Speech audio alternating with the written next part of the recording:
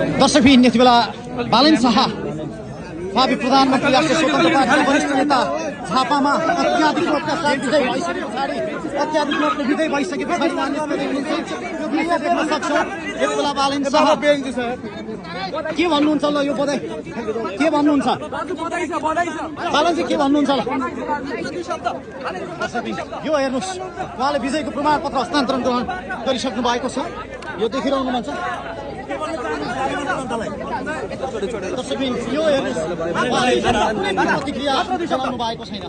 प्रतिक्रिया नजनाइकन